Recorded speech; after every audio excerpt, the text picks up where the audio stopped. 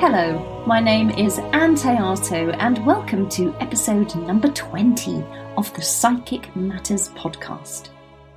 I'm in the recording studio today with my very special guest, Ann Bohrer, PR professional, communications specialist and intuition advocate.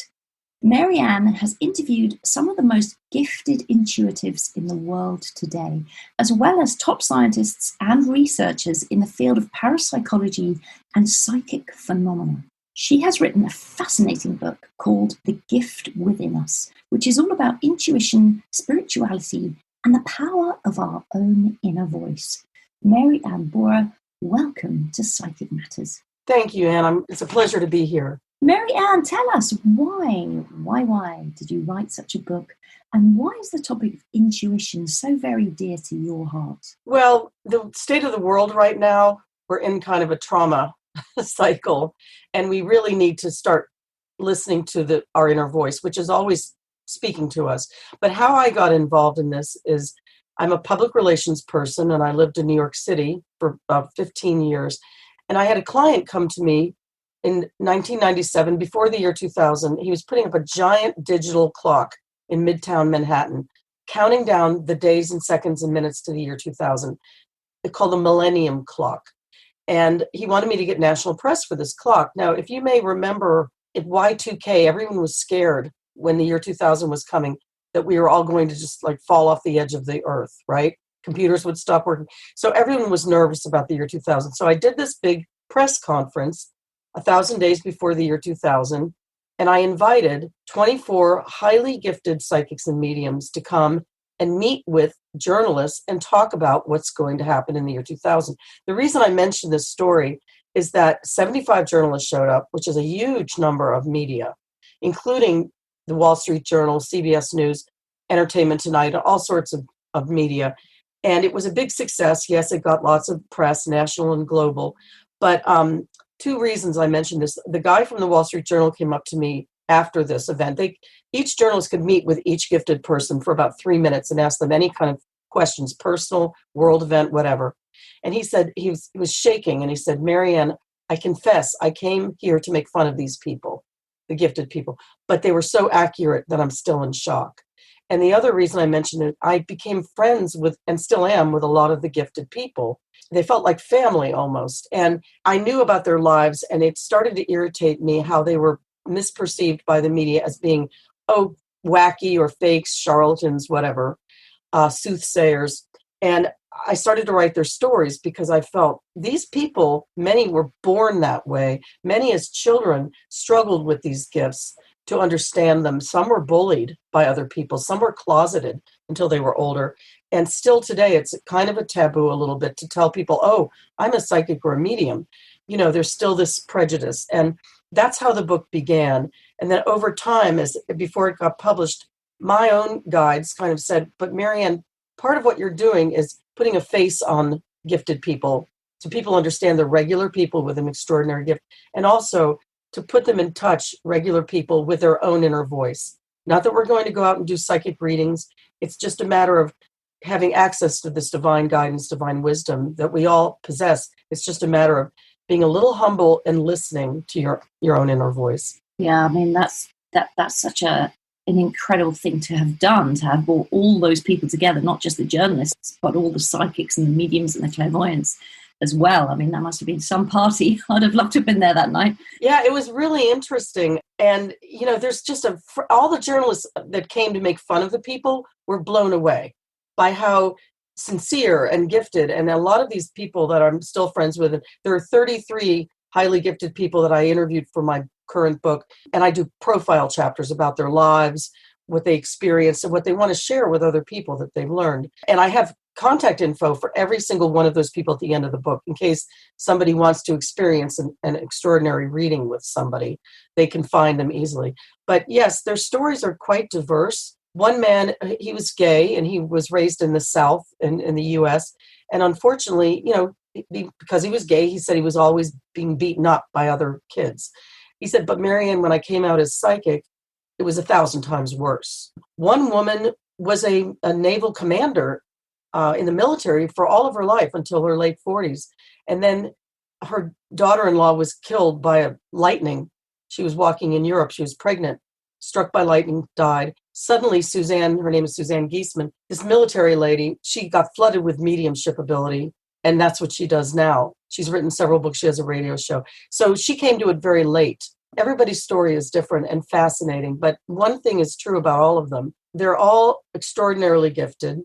They're all extremely, I think, humble, and they helped so many people. Yeah, I mean, I think that's one of the most difficult things, and I'm happy to speak for my friends who are mediums and psychics as well about this, is the prejudice that we do experience constantly all the time, and the bullying in a way, and it's mild bullying, it's sarcasm, or the silly remarks, or nobody taking it seriously, or yeah, and people, it's very difficult to find in mainstream society a place to be accepted when you do have these gifts. But the thing is, what's so annoying for me is everybody has these gifts. We're not unique. It's just that we have acknowledged them within ourselves, and everybody's got the same gift. Well, I would take issue with you on that point a little bit, because the people in my book are at the very top echelon of giftedness. Just like we can all sing, how many of us can sing like Adele? Well, true.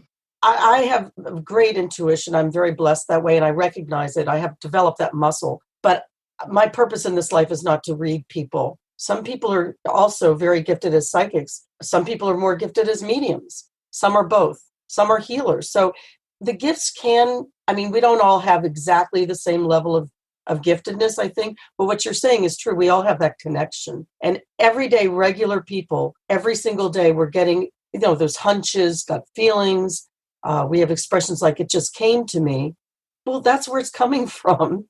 The same place. You may be extremely gifted in your field, mediumship and psychic ability. Others that are in my book, maybe they're more on the healer side. It kind of ranges. So yes, maybe all of us have this level of ability you have, but I think that in our lifetimes, we all have different goals and purposes.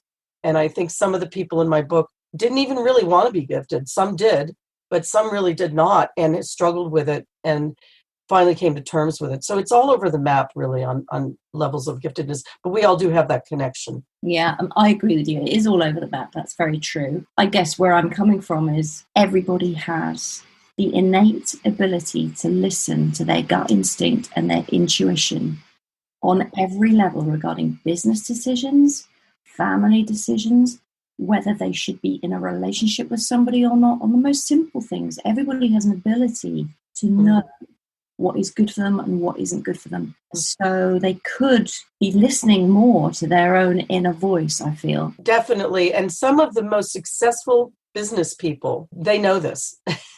they follow their gut. They listen, and they are well aware of it. People have a rational mind. And if your rational mind is saying you should move here, but your gut instinct, your intuition is saying no. If you go with your rational mind against your gut feeling, oftentimes it's not a good path. You really do need to trust your gut instincts. Ask and listen. Ask for help, and you will often get some kind of inspiration or guidance that comes to you in various ways. Marianne, you yourself, you're not describing yourself as a psychic or a medium per se. So how did you come to write a book like this? Or where did that interest? I know you did this wonderful millennial party, which sounded fantastic and fascinating. But where did this come from within you? I think when I made friends with so many gifted people, when I had to do research for that event, I found really gifted people. I did not want like storefront psychics and just do some silly event, as a stunt. I felt like I found family and friends and others that really I could identify with. I don't think my purpose in this life was to do readings. Maybe later I'll do those types of things. I did early on start using tarot and doing things, and I was pretty accurate, but I realized it's more important for me to have one foot in the mainstream realm and one foot in this other realm so that I can kind of marry them, be an advocate as a PR person, raise positive awareness, and change the stereotype that's so unfortunate about haunting and ghosts and scary, and New Age is also dark and mysterious and frightening. It's not that at all. And one of the reasons why my book is just a simple white cover with a bow, looks like a gift, they gave that to me. I mean, I was inspired. Oh, that's what I want, because it doesn't look dark and frightening and new agey. We need to change the stereotype about all of these types of gifts and abilities so that we all can be more in tune with our own inner voice. And, the silly expressions like women's intuition and just demeaning the whole thing, that it's all woo-woo, it's keeping us from accessing this amazing wisdom that we all have access to. And quite frankly, with the state of the world today, we do need to listen a lot more to that wisdom. Left to our own devices, look where we are. Well, I agree with you. And at the moment, so we're struggling as it is to be recognized for what we do and what we're able to intuitively know and intuitively offer to other people. But whilst we're battling to be heard, there could be so much more that we could be exploring. So can you talk about the science? I know that you've interviewed some eminent scientists and professors and people like that. Where are we on the cutting edge of science proving things? Very close. People in my book, like Dr. Dean Radin and Dr. Gary Schwartz and others, they've been studying these things for years, even though the scientific community, the traditional scientific community, puts it down as woo-woo. These brave people have been studying these things for years, and now it's coming to the point where some of them have evidence that they're going to be sharing about how to communicate with those who have passed on. Dr. Schwartz has some things. I just found a fascinating scientist named Bill Bengtson, who I'm going to be interviewing for the book I'm writing now, the next in this series. This man, he's the president of something called the Society for Scientific Exploration, which brings all of these scientists from disparate areas together in one group. People studying ESP, remote viewing, healing, etc. And he's very outspoken and said to me, Marianne, enough. We're not answering the critics anymore. We're not making excuses and hoping they listen to us. We're done. It isn't about does ESP exist? It does exist. It's how does it work? Not does it work? How does it work? Not does healing work? How does healing work? Because he himself, Dr. Bengtson, has done these amazing studies on mice. He showed some slides. The mice have cancer. You can see the growth. After he sends them, he has people, he himself is not a healer or whatever.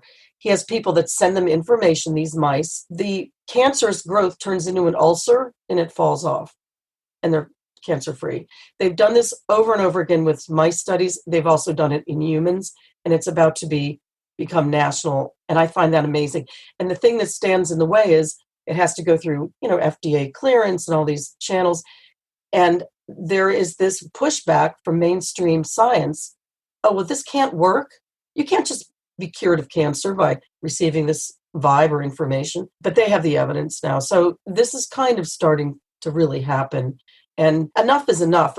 I agree with Dr. Bengtson. No more excuses. No more pandering and being defensive and hoping that people believe us. No, it's there. Ask, how does it work? Which is a more interesting question than does it work? Yeah, exactly. But it's interesting, isn't it? You talked to me about that mouse experiment. And of course, my mind, with everything that I know that is true, my skeptical mind comes in and says, yes, but what if? And so, of course, it must go through a proper procedure of being proven so we can accept that is now where we're at and what else can we do next, which is what you're all about, isn't it? But it's very difficult for people to get their head around because they think it's magic. How do you know this about me? How can you pick this up about me? How can you heal a mouse and it turn into an ulcer and then drop off? How is that even possible? That seems like a magician's trick. And the scientists will be the first to tell you they're not exactly sure how it works. What's pushing back on all of this is fear. How can that person know this about me? How can this work? If we can't wrap our heads around it, how is it possible?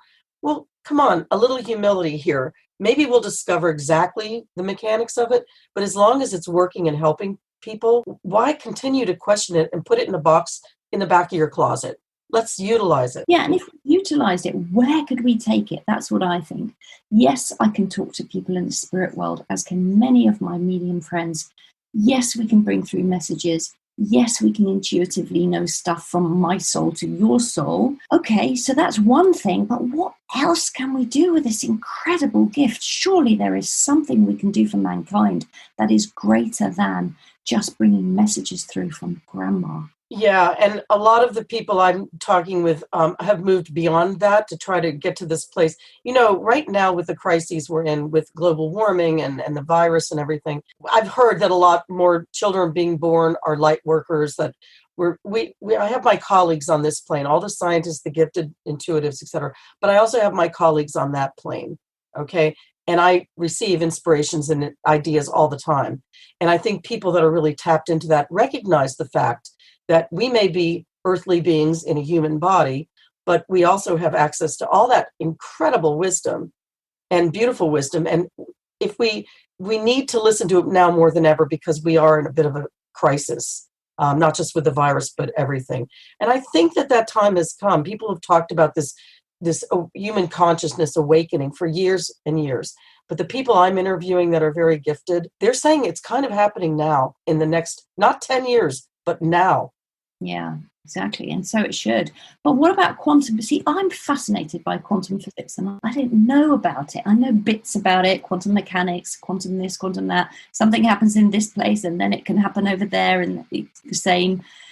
Time is not linear. All of these things are fascinating, and scientists don't know how all of that works yet either. And then again, we don't know what lives under the oceans. We haven't even explored the oceans yet, or the brain properly. So there's a lot of scientific breakthroughs yet we have to go through. Yes, and did you? I don't know if you saw the chapter in my book that dealt with Einstein. Yes. I won't go into this long story, but basically it's a chapter called A Valentine's Day Phone Call from Albert Einstein, where I did receive a phone call on Valentine's Day morning, 2016, and it was a person channeling Albert Einstein that I'd never spoken to before. But Einstein said in this conversation with me that he's focused on the agenda of bringing humankind to the highest, best good. That was his first sentence in his message. So even there, wherever Einstein is, there's energies that are working to try to help us manifest human consciousness in the best of us, right? So it's kind of a process. I mean, being a human, being born human, is like we come here as a school. It's to help our souls grow. And we're kind of neophytes. We just don't really know. We grow, we learn, etc. Some of us are more advanced than others, etc. But there's certain things we're wiped clean when we come here. We can't know everything. And it's a process. So I believe that even the energies in the other realm were working together to kind of bring us, as Einstein said in my message, to the highest, best good. So I'm not exactly sure what that is, but certainly we can do a little bit better than where we are right now, especially all of this hate and divisiveness bubbling up. Racial discord, it's just crazy, but it's probably for the good. Maybe it's just cleansing us, so we can go to the next level. Yeah, it's interesting. I often think of humankind as being like little ants in a nest. So ants go about their business. Very intelligent ants, actually. I'm fascinated by ants, but they go about their business, but they don't know about human beings wearing spacesuits and flying in a space rocket out to space and exploring the greater universe and the black holes and the galaxies. They wouldn't know about that because they don't have the capacity to know, because that's the species.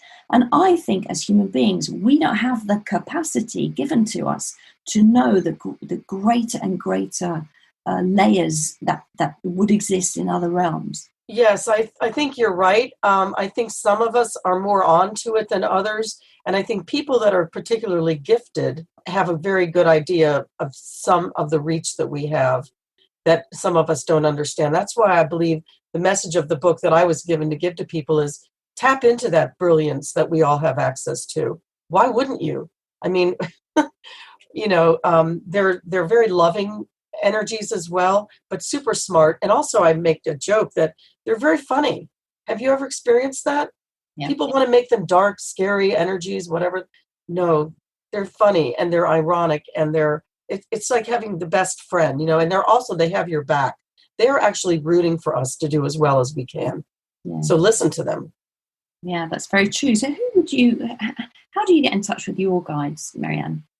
It's a daily thing. I will say, I have great admiration for people that can meditate for hours. They're very, focused. I'm terrible at meditating. I'm a white knuckler. So early on, they would get me if I was just waking up in the morning, or if I'm in the shower, especially, I would get these thoughts, these ideas. Oh, where's that coming from? For example, like I said, the cover of the book, the bow, the name. I had maybe 20 working titles for this book that were not as good as what I think this is. It's very clear and simple. So now I've learned to develop that muscle where I might get a thought like, oh, I'm going to make meatloaf tonight. Well, that's not necessarily coming from them, but I might also get these inspirations that I have to write down. Often when I'm writing a book, I would get that are like brilliant thoughts that I'm aware didn't really come from my rational mind. So I've learned to interpret these inspirations. I don't even use the word ideas much anymore. It's a lot of inspirations that I'm getting, not 24/7, but often enough that I realize that it's at work. So that's pretty much how I access it. I would like to be able to meditate better, but my message to people like me is it's right here at your fingertips. You don't have to, as I write in the book, if I had to hold crystals and focus on my chakras and all of that good stuff, it's good. I would never have been able to write the book because that's just not me.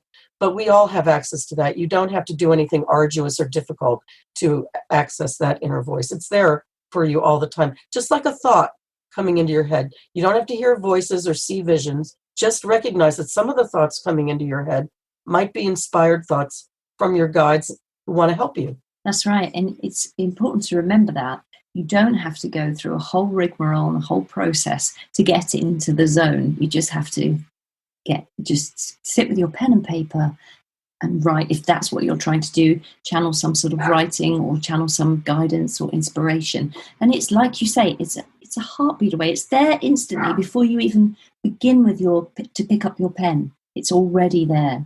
It's already there. And I think I may have mentioned to you, do you remember the Wizard of Oz movie? Yes, of course. Dorothy goes through all sorts of crazy stuff, the flying monkeys and the poppies, and to get back to Kansas. So she finally gets to the Wizard of Oz, and the wizard cannot help her get back to Kansas. And then Glinda, that beautiful lady, comes down in this bubble and says to her, Dorothy, you've always had the power to go back to Kansas. And one morning I woke up and I was thinking this, and I realized they wanted me to write. So I put this in the afterword in my book. We all are right there already. It's just a matter of knowing and understanding that we have that, period. That's the magic of it. Just recognizing that it's there. Yeah, exactly. And don't think that you have to spend hours getting into the right frame of mind for it. No. Yeah. They break through. I often joke that they would be hitting me on the head with a rubber mallet sometimes to get, I write up something I'm not going to go into at length in my book where I did PR for battered women and domestic violence, free PR. And it went into this whole thing where I end up at the end going to the White House and getting legislation passed for battered women to help domestic violence issues.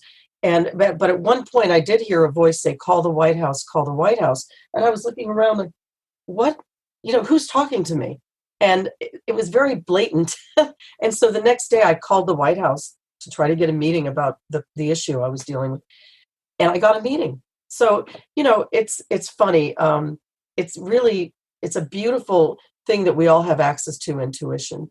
But it's been downgraded and downplayed. And it's just another form of communication. Before the internet, before our iPhones, which we all live by, which is great communication, we had, phones with cords and whatever. Now we have this amazing access to all of this communication. However, the next level is intuition, and it's free. There's no phone bill, and it's there. And we have loving, wonderful, wise guides, entities, angels, whatever you want to call it, God. I believe it's a conglomeration of energies. But anyway, they're there to help us. It's just another form of communication, but it's been untapped, and we need to really tune in now. Yeah, I agree with you. So your book, The Gift Within Us, it goes through, at the beginning, you list out some famous people who weren't taken seriously themselves when they were here on the earth. Right. Like Galileo? Yes, Galileo. Yes. There was 3 or 4 of them. I can't remember the names. Galileo and Joseph Lister. There's just a number of people who were scientists that were saying, hey, look, this is the way it is. And some of them were actually treated poorly. And I think a couple of them were actually put in jail for their beliefs. Mm-hmm. Galileo, how about the earth is flat? I mean, those types of things. Alexander Graham Bell. Also, there's a guy, Joseph Lister, who's a surgeon, and he told everyone, look, if you're doing surgery, you have to wash your hands. Simple thing. He was maligned and put down for that belief and tortured, actually, by other people saying you're crazy. Well, now look with hand washing. I mean, we know it's a simple thing, but some people were really put down and even jailed for their beliefs. And yet today we all take it for granted. Yeah, exactly. So you've got this lovely beginning with all these different pioneers, as it were, from before, who were great thinkers and in the front of modern day thinking back then. And then you've interviewed, you say, 33 modern day psychics and clairvoyants from all across the world. How did you find these people to interview, Marianne? Well, some of them I knew from that event that I did all those years ago. And then I would ask others, who do you recommend? Who do you know that I should speak with, including scientists? I would ask, because these people are studying PSI, it's called psychic ability. So they would tell me other people. So it was all word of mouth. So everyone I interviewed was very gifted. And I would experience their gift by having a reading so I could experience how they worked. Everyone's quite different. And then I would do another interview after that about their lives, tape everything, transcribe it. And they're all very different, but they're all incredibly gifted. And that's another reason why I put their contact info in the book, because it is hard to find really super gifted people. There are a lot of well-meaning, but kind of mediocre folk who say they're psychic, and they are to some degree, but what they're picking up on is your hopes and dreams, your fears, your immediate aura. The people that are very, very gifted, they go to the source. They're getting information from the source, which is very interesting. When I get 4 readings from people like that, they don't know each other, but I'm often told the very same things. If I get 4 readings from this more mediocre but well-meaning group, it'll be all over the map. You should take that job. You shouldn't take that job. You should, you're going to get back with that boyfriend. You're not. They're picking up what's here, not what's there. And that's why I put their info in the book, because I think these well-meaning people, they're great, but some of the advice they give may lead you down the wrong path, and that's difficult. Yeah, and I think for me, the people that I know who are excellent at their craft of mediumship and psychics, all of them, most of them, not all of them, but most of them have had an incredible amount of training and spent a lot of time studying, working out how to be a better medium, a better psychic. What if I try it this way? What if I try it that way? Let me try this new method, that new method, working in all these different ways, stumbling, falling, failing, going back 10 steps, moving forward 20 steps, and really investing in their craft until they are the best that they can be at that moment. And myself and people that I'm very, very friendly with, my medium friends, we're constantly studying still, because it's never a finished thing. And you're always trying to and striving to be the best that you can be and pushing those boundaries forward. How else can we working on in all these new ways? So I think there's a lot to be said for finding someone who's done a lot of work in that respect, done a lot of training.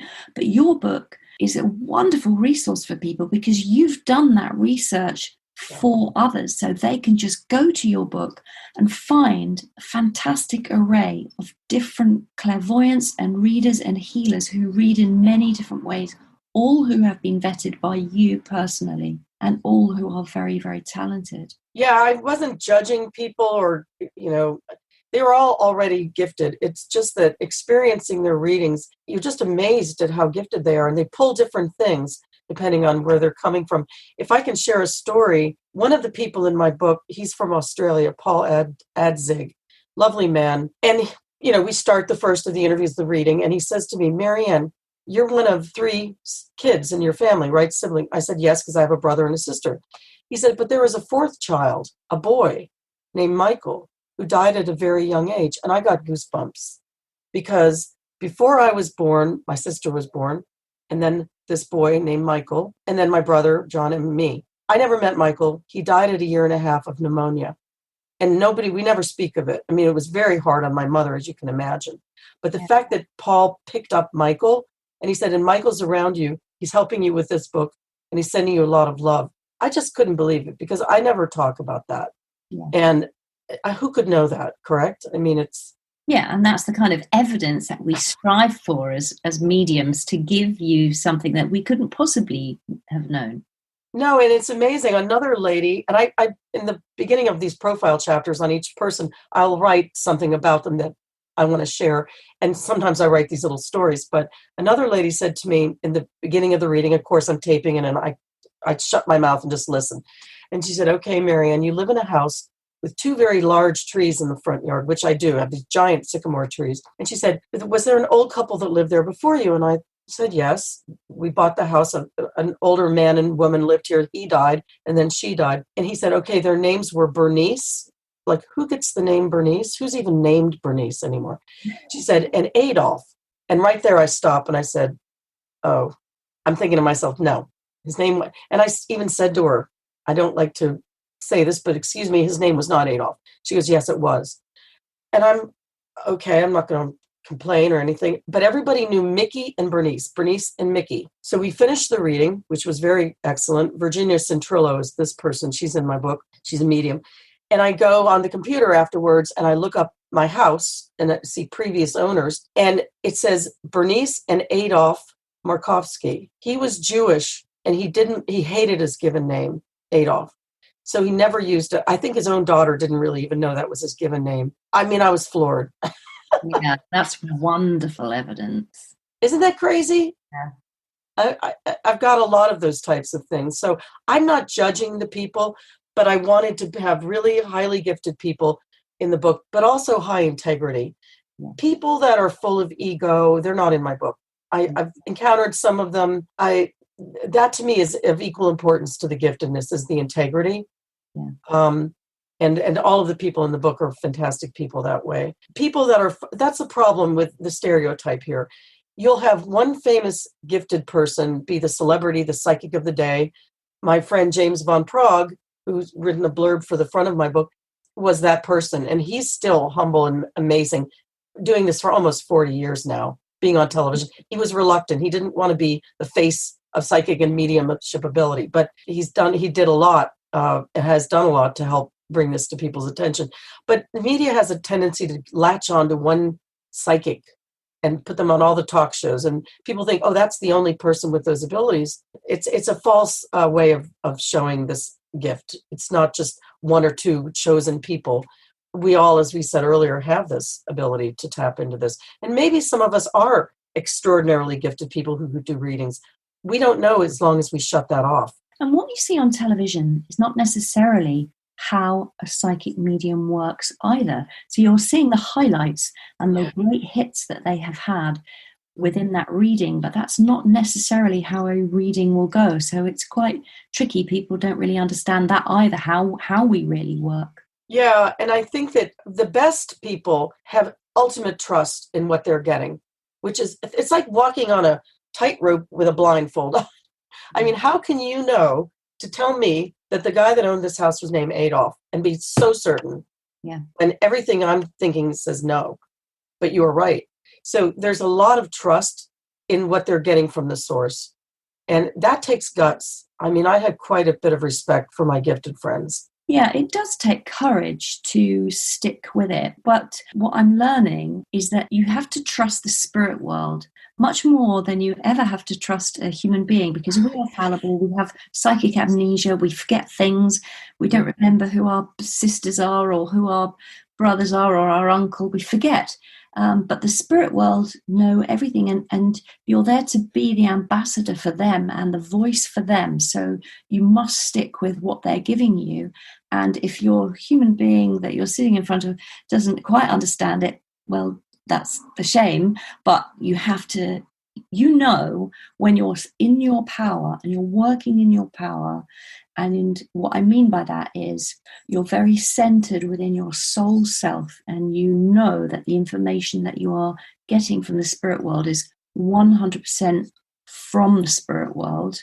So you're sitting in your power, channeling the power of them. So you know that what you're saying is not incorrect. You know it's right. Yes, it's absolutely amazing. I mean, I was told years and years ago that I would write a book and that I would write more than one book and all sorts of other things, television and things that haven't happened yet. And I just I didn't discount it, but I was like, I remember I argued with one of the people in my book, the first psychic I ever knew, Nancy Meyer. She's amazing. She works with the FBI to find missing children and psychic detective. But I met her when I was very young in my career. And I was not even involved. I hadn't had that event. I didn't know anyone. And she said, "You're going to write a book and all this." And I forgot this, but she said, I argued with her. And I said, "No, I'm not an author. I'm a PR person. I'm not going to write a book." And it's funny when these things do come to pass, you just have to smile and go, but I can't live in that place where I think all these other things are going to happen. As you said, I'm kind of an ambassador for their message. It's their message.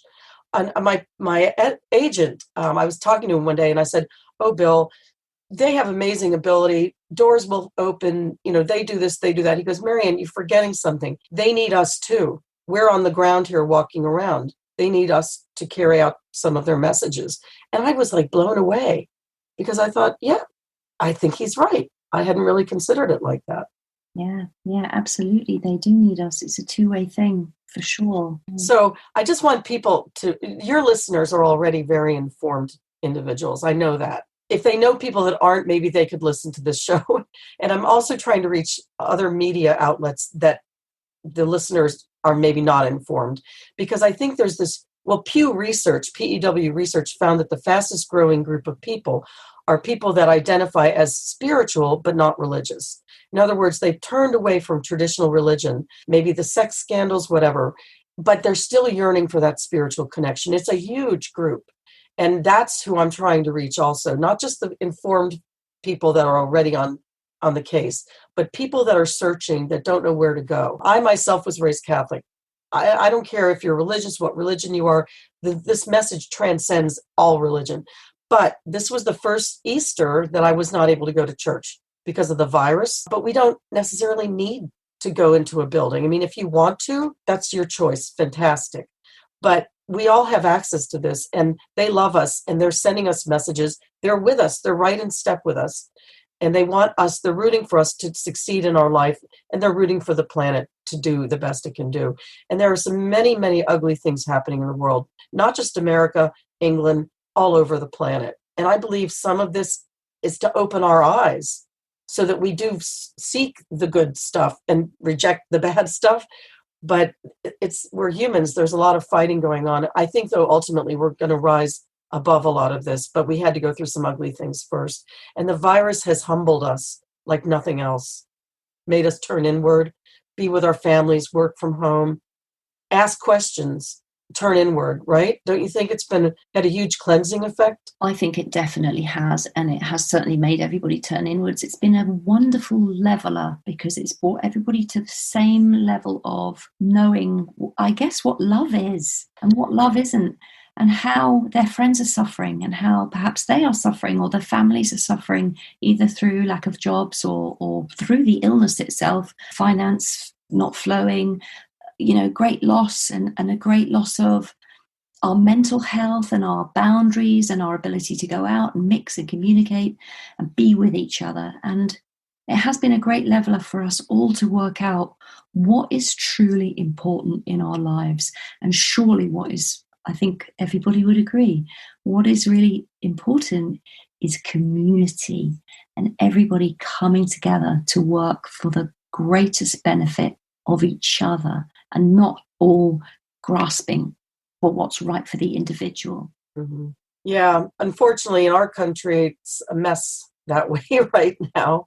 And I know that you've gone through similar things, and there's some very ugly things happening in the world now. But I think that our eyes are being opened to a better path. Maybe it just had to get down and dirty before it got better. But it's been very hard several months now. I will say, though, that several people in my book saw this coming. They didn't know it was a virus. They thought maybe it was the market crashed or there was a war. But they saw in early 2020, they literally, one has a graph from 2014 to 2020, and then everything goes like that. But they knew it was for developing a higher consciousness. It was a necessary thing. Yeah. And they just didn't necessarily know it was a virus. They just knew it was something that was going to have an enormous impact on our lives for the better, ultimately. But there would be some pain to go through first. Yeah, I remember having that feeling in January. I said to my daughter, and I think I've spoken about this in another podcast, but I said to her, something's happening in the world and it feels awful. It feels like a tsunami that is coming. Something's happened. It's like it's happened out there, like, a tsunami where there's a shift on the tectonic plate or whatever. It was some sort of energetic shift like that, and you could feel the trembles coming your way. And I just said, something terrible is coming. I just know it. And she just, teenager. Well, your daughter and my daughter were born on the same day. We definitely are. I can't believe they were born on the same day. They're exactly the same age. Oh, and yes, there's a little bit of snarkiness that goes on, My daughter, she's heard a lot of stories and she knows what I do and how much I love gifted people and all of this. And she herself is very intuitive and in tune with all of that. But yes, they're still teenagers, and part of the job of being a teenager is to kind of mess your mother. Mess up your mother. Seriously, I mean, it's very funny, but no one tells you when you have a child. All of the people listening understand this who have teenagers or older, what you need to go through or have to go through when they get to a certain age. Or maybe we wouldn't have kids if we knew. No, we wouldn't. If we knew, well, it's like life, isn't it? If we knew what was in store for us, we just wouldn't go out of the door. It would just be too difficult to face everything. But we do face it. We're all full of courage. And I love the saying that your ability to get through a difficult day so far is 100%. We have to bear that in mind when we're suffering from, very difficult times. Marianne, you've written a second book, or you are in the process of writing a second book. Talk to us about what that will be. Well, this book took a long time to write because I have my day job. I'm a PR person, but it was a labor of love. This next book, I'm full on just writing it, and I hope to have it done by the end of the year, frankly, and out early 2021. But it's the same kind of book. I will interview, I'm not sure 33 people, but maybe 22 gifted people from all over the world. I've already started that process and telling their stories, and they're amazing. One person channels 12 archangels who go by one name, Theo, like theology, Theo. And she's been doing this for quite some time. Some of the other people are just phenomenal. Some are energy healers. I hadn't had many of those folk in this book. So there will be those profile chapters, but I'm also doing chapters where I interview like James von Prague at length, have an interview, people like him who I consider to be luminaries or pioneers in this field. Paul Siegel is another person, and some other well-known people who've kind of led the way, lit the path for us. So I didn't do that in this previous book. I'm also talking with other scientists that aren't in my current book, like Bill Bankston, who I mentioned before with the mice studies, who are so tapped into this amazing ability and are using it to help heal us, to help us move forward. Even though science still puts up a hand and says, oh, that's woo-woo. They're sick of woo-woo. They're done with the woo-woo designation. No more of that. I'm also doing a chapter, which I'm interviewing you for, about podcasts. Because in promoting my book, I knew of a couple of really great podcasts in this area. I didn't know all of the others that I've learned about. And a lot of these podcast folk, they're reaching so many people with these important messages from other people like me who are authors or whatever, scientists, gifted people, and often at their own expense, or often, just it's a lot of work. It's a lot of work to do a podcast, as you know. Yeah. So I'm not only interviewing them for this chapter, but I'm going to list these podcasts and how people can find them at the end of the book, because I think they're an amazing resource. And I again, brave people who are bringing all of these messages to the public. And I think I see that these things are going to be much more mainstream, much more monetized in the future. People want good content. They want to hear these types of messages. And one person said to me, Marianne, I'm doing this at my own expense. He's amazing. And he said, I see a day when it's going to be more accepted and there are going to be more backing for this. I think that will happen too. But for now, I'm going to be listing a lot of podcasts. There aren't all that many, but there are a number that are really great, is yours. So that's going to be in the book. So there's going to be disparate things, other things that I write about. I will mention in this current book, I also have a chapter on how people with these gifts have been treated throughout history. There were times when they were revered by kings or shamans in tribes, other times persecuted, put down, maligned. So it's very interesting. But one thing is bravery. I think there's a lot of brave people out there that are accepting this. And I think more and more are coming to the fore now that it is much better than it was 20 years ago when I did that event. It's much more accepted. And I think that it's being launched into the stratosphere as far as acceptance in the coming years. Yeah, I think you're absolutely right. Most definitely. Yeah. It's interesting, isn't it, how we have been revered and persecuted at different times and for different reasons and continue to be so. And I just really look forward to a day when the scientists have done what they need to do, which is prove that what we've said all along is correct. And then we can just get on and really advance and see how we can use these talents for the benefit of mankind, you know. I find it fascinating. You were talking about Nancy Meyer there, who works in psychic detection. And I have a very tiny group. It's just myself and two other psychics, Leslie Malone and Tyrone Cusack. And we work as a little trio on psychic detective cases. And how it works is somebody will give us a case, and then we'll go away separately and we'll write down our initial thoughts, our initial feelings of what might have happened to that person, that object, that pet. And then we'll come together and we'll just give each other the what we all think. And there are so many things that overlap that are exactly the same. And then we'll take that one thing and we'll go deeper into that and find out. And it's that sort of work that I think we could help people so much with, I don't know, missing people, you know, I know like psychic detection with murder cases, things like that, or just, I don't know, there's a myriad of different ways that psychics and mediums can begin to work if their work is only taken seriously. And even the police, they will use psychics, they do use psychic detection, but they don't tell people about it because they don't want to be seen as, you know, woo-woo either.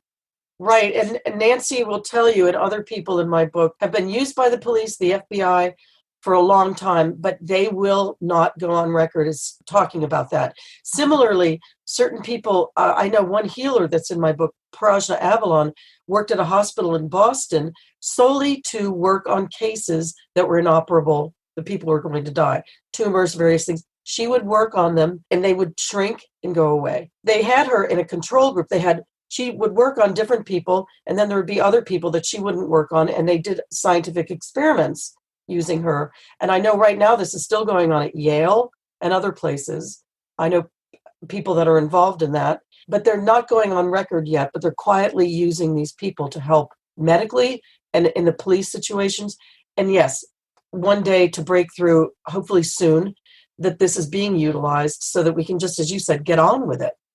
Like Bill Bankston said with his mice studies, let's move forward and help these people easily just receiving information. I'm not sure exactly what that is, but he's able to do it in mice. And he said sometimes the best subjects in humans are people that are so skeptical. They're the ones oftentimes that it works on the best for some odd reason. So I think that taking the lid off of this, changing the stereotype, which has kind of been my mandate in writing this book, and the next book, which will also be called A Gift Within Us, maybe two. I'm not sure how I'm going to do it. The bow instead of gold will be maybe purple, but it's kind of a quest that I've been given to change that perception. It's a tall order, but it's fascinating and it's time. Well, I speak on behalf of all the psychics and mediums out there who are so grateful to you for this work on our behalf, and just to bring this out of the dark cupboards of secrecy and into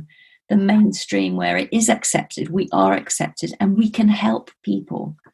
And do help people, but under this quiet, woo-woo thing. And it's crazy. I often joke that because they're so funny, my colleagues on the other side, on the other plane, whatever, they're very humorous. And I often feel like I'm working with the writer's room at Saturday Night Live or some other comedy show.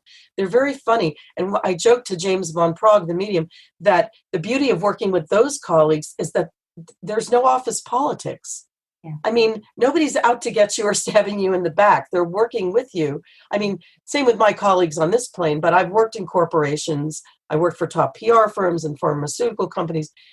And there's a number of people that don't want to see you succeed. They want to see your career fail so that they can rise up. Well, there's none of that with this group, you know? Yeah. Have you ever worked with people that were kind of out to get you? Maybe you've been fortunate, but in the corporate world, there's a bit of that. Oh, in the corporate world, for sure. I don't know that I have actually. I don't know that I have experienced that. Lucky, no, not in this realm. People in the spiritual realm, there is competition, I think, out there, but in the corporate world, it's a lot. Yeah. There's great people, but there's also this other faction of people that are out to get you. And people listening would understand that if they've worked in the corporate world. But in that other world, there's just nothing but love. And what we talked about earlier with our daughters, one message they wanted me to give people, it sounds like a greeting card and maybe silly, but the love that we have for our daughters, even if they're acting kind of up, right, snarky, they love us like that.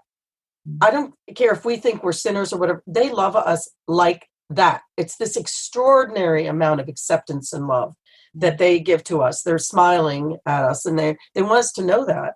And it sounds silly or like a, Hallmark card, but no, that's one thing that they're very clear on, because the love I have for my daughter even exceeds the love I have for my family member, my husband, it's a weird kind of love.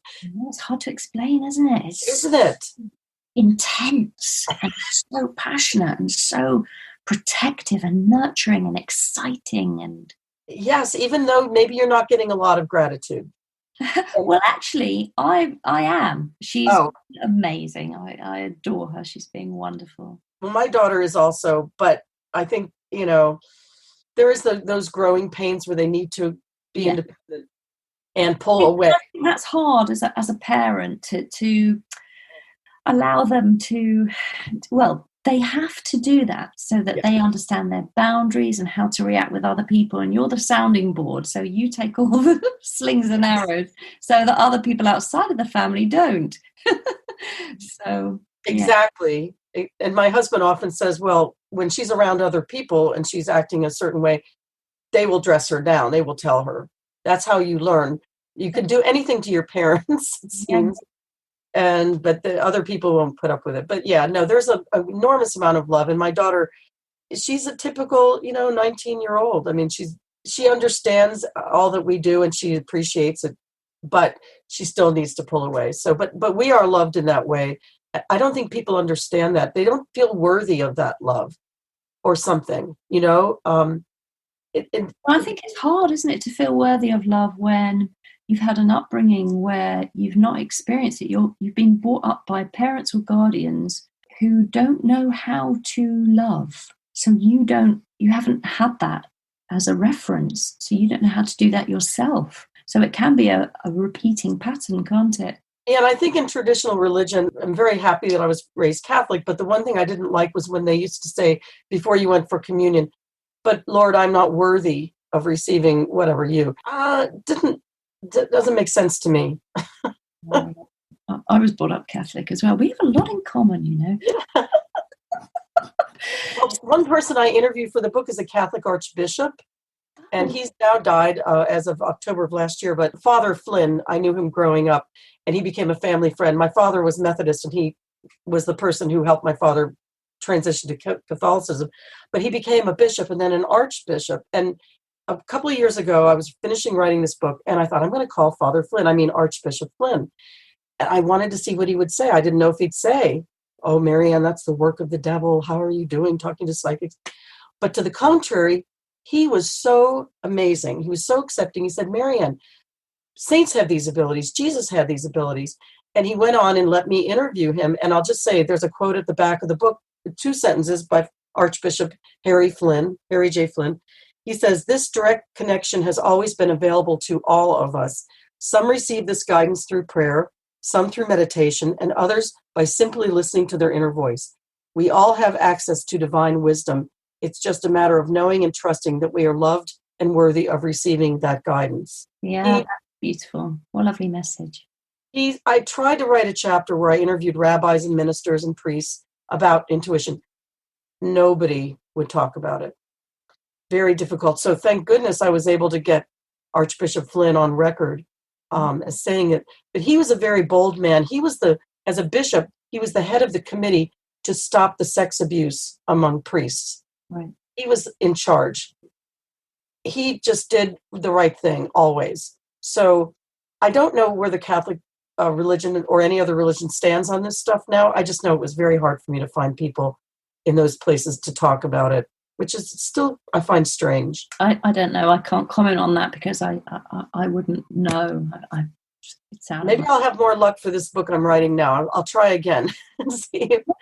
Do, because that would be really interesting to get the opinions of those who lead flocks, lead their own congregation, because they will have advanced as well in their thinking in 20 years since the millennium. I'm going to try. And the other thing I couldn't write about, and I tried, I wanted to interview celebrities about how they got to where they are, knowing that they were helped by using their intuition. Doors were open, but nobody, except for Oprah Winfrey's aha moment that she talks about, nobody would go on record about how they got to where they were, because it's a taboo in Hollywood, in the entertainment industry, to speak of such things. And I'm not surprised, because they don't want to, it's so hard to get to where they've got to. They don't want to teeter or do anything that's going to move them off the hard-won place where they stand. So I can understand that.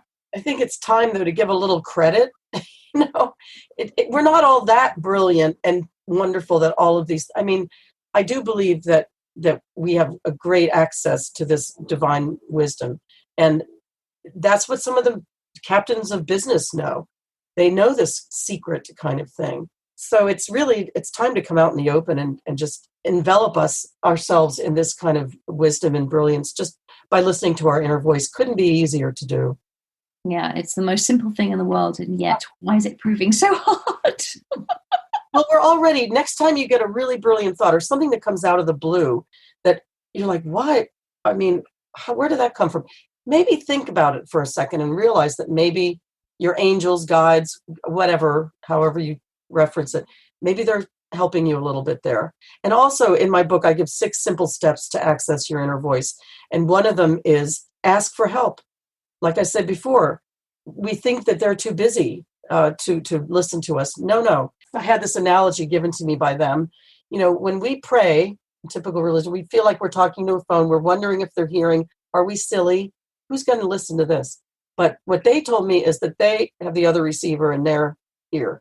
They're yearning to communicate with us as well. It's a two-way street, and we can all benefit from listening to that. That's fabulous, Marianne. And where will people be able to buy your current book and your second book when it comes out after? Yeah, just go on Amazon, The Gift Within Us. I'm fortunate that it came out in late March with the height of the pandemic. Crazy, right? But it was named the #1 new release on Amazon in the spiritual self-help category, which shocked me.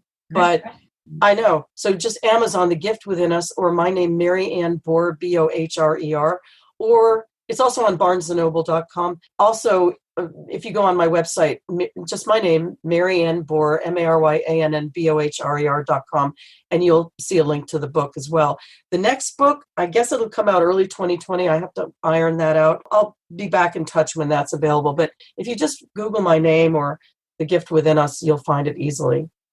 Fantastic. Marianne, once again, just thank you so much for writing that book in the first place. And I know that was divinely inspired for you to write that. So we do thank those in the spirit world as well for channeling that through you. But really thank you for all the work that you're doing out there, pushing forward these boundaries and pushing forward what might be possible for people to understand and achieve. And I just think everything that you're doing is incredible. So thank you. Thank you so much. Yeah, it's like a pot of gold right in our hands. We just have to see it.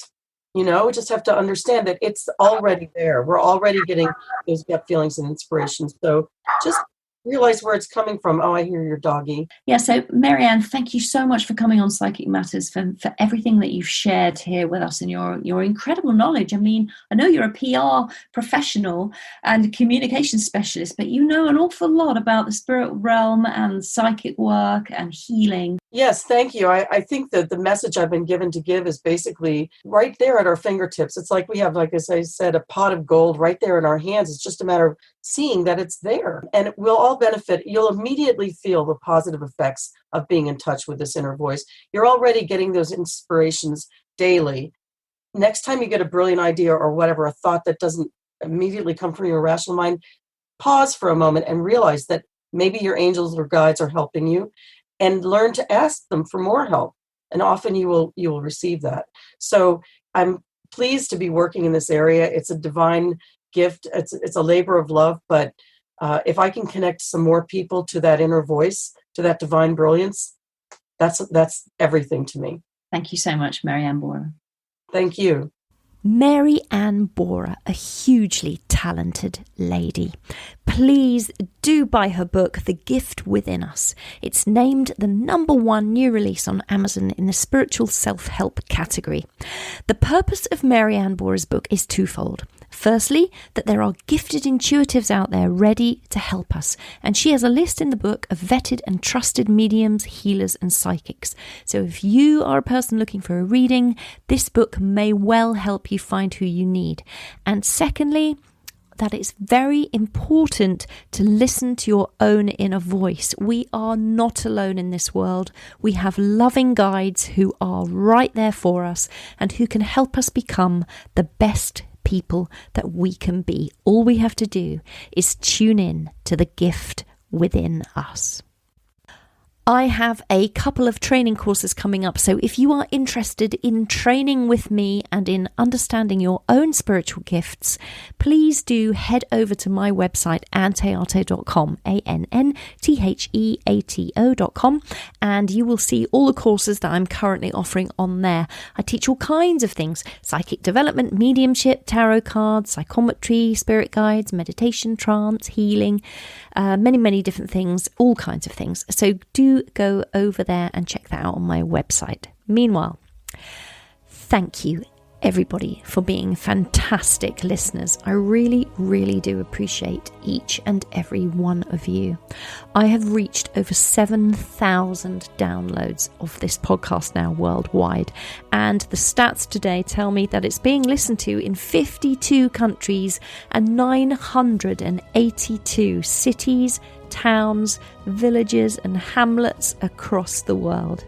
Wherever you are, my name is Ann Théato, and thank you for listening to Psychic Matters.